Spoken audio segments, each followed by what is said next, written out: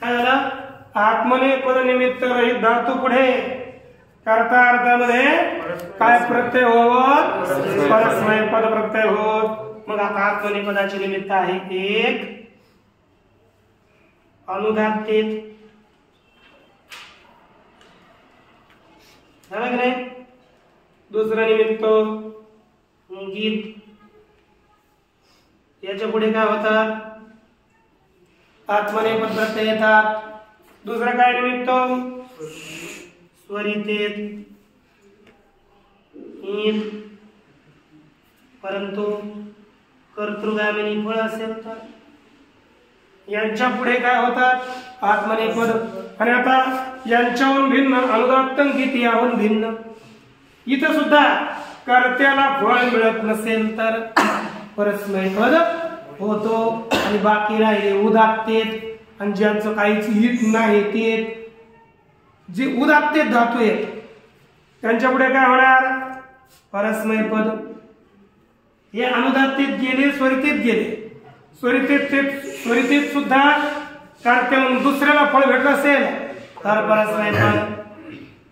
आणि उदात्तेत धातू असेल तर परस्मै पद. ज्याचा काहीच हित नसेल त्याला हे परस्मै पद. जसा भू धातू, त्याचा काहीच हित नाही. भूच आहे ना, त्यातला कोणच हित नाही. ना अनुदात्त हित आहे, ना ग हित आहे, ना गीत आहे, ना काही हित आहे. बस विना हित है ना, त्याला हितच नाही. हित रहित असं राहतोय. म्हणून त्याच्या पुढे कोणते प्रत्यय होणार? परस्मै पद. ठीक. अच्छा, झालं लिहून? पंचलन करूया. आता एवढं कळालं. भू धातू आत्मने पदाच्या निमित्ताने रहित आहे म्हणून याच्या पुढे कोणते प्रत्यय येणार? परस्मै पद प्रत्यय. पण परस्मै पद प्रत्यय किती? 18 की 9? 9. कोणकोणते बोला? किती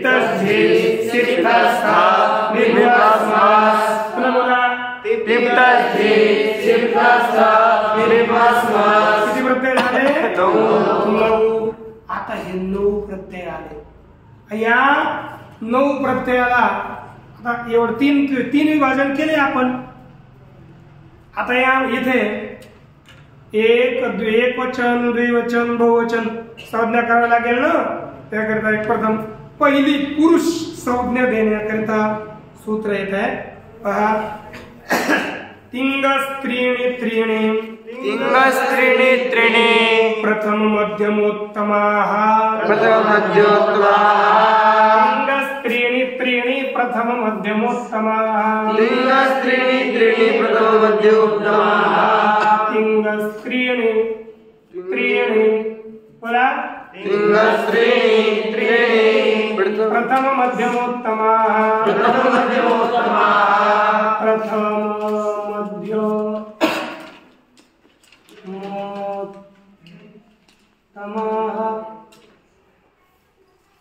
तिंगस्त्रीणि त्रीणि प्रथम मध्यमोत्तमाः.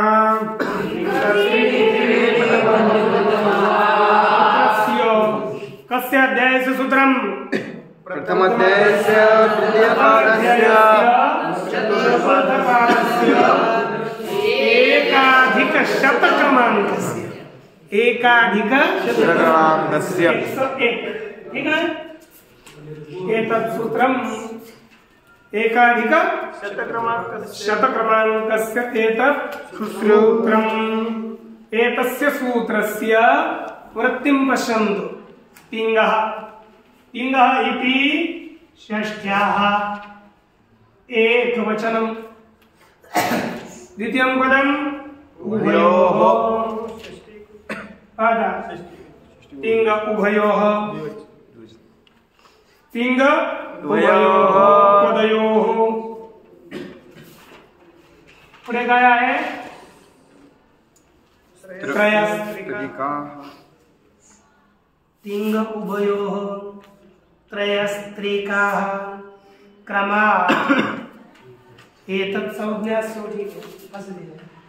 तिंग उभयोः पदयोः तिंग उभयोः पदयोः त्रयः त्रिकाः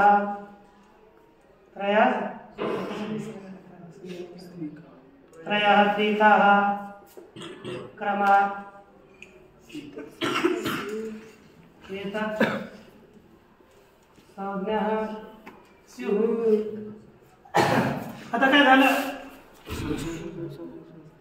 तिंग षष्ठी विभक्ती आहे.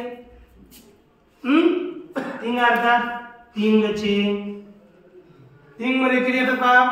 पहिल्यापासून ते शेवटपर्यंत, ती पासून महिंग पर्यंत तिंगचे है ना.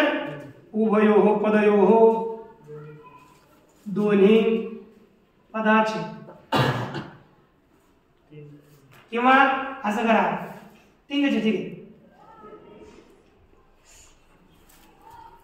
दोन्ही तिंगचे दोन्ही पदाचे.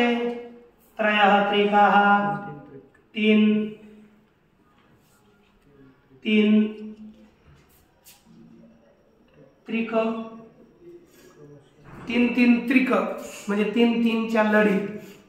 तिप्तजी सिप्तस्थ मिद्वस्मस एक पदार्थ झाला.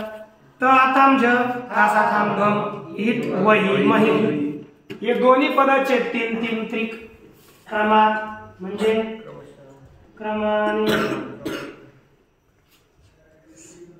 प्रथम मध्यम आणि उत्तम संज्ञा होत.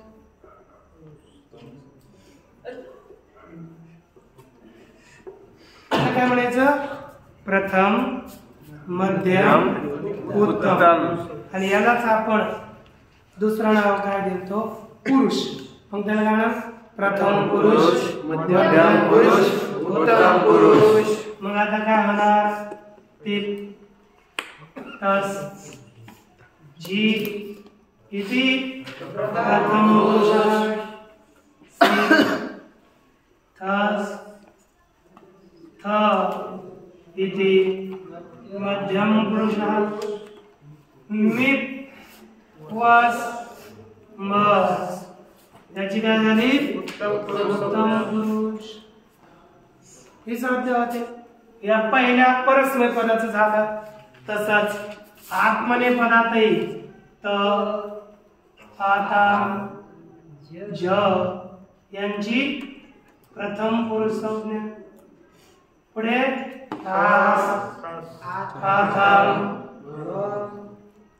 ध्वम यांची काय झाली? मध्यम पुरुष संज्ञा. आणि ईट वही महिम यांची काय संज्ञा झाली? उत्तम पुरुष. ही लक्षात ठेवायची. हे आपल्याला या लक्षात आलं पाहिजे. आता जो आपला दुःखच्या धातू ना त्याचा अर्थ काय माहितीये? काय लिहिलाय खाली? का विकल्पत्यानुकूल व्यापार. पुन्हा दुसरं काय?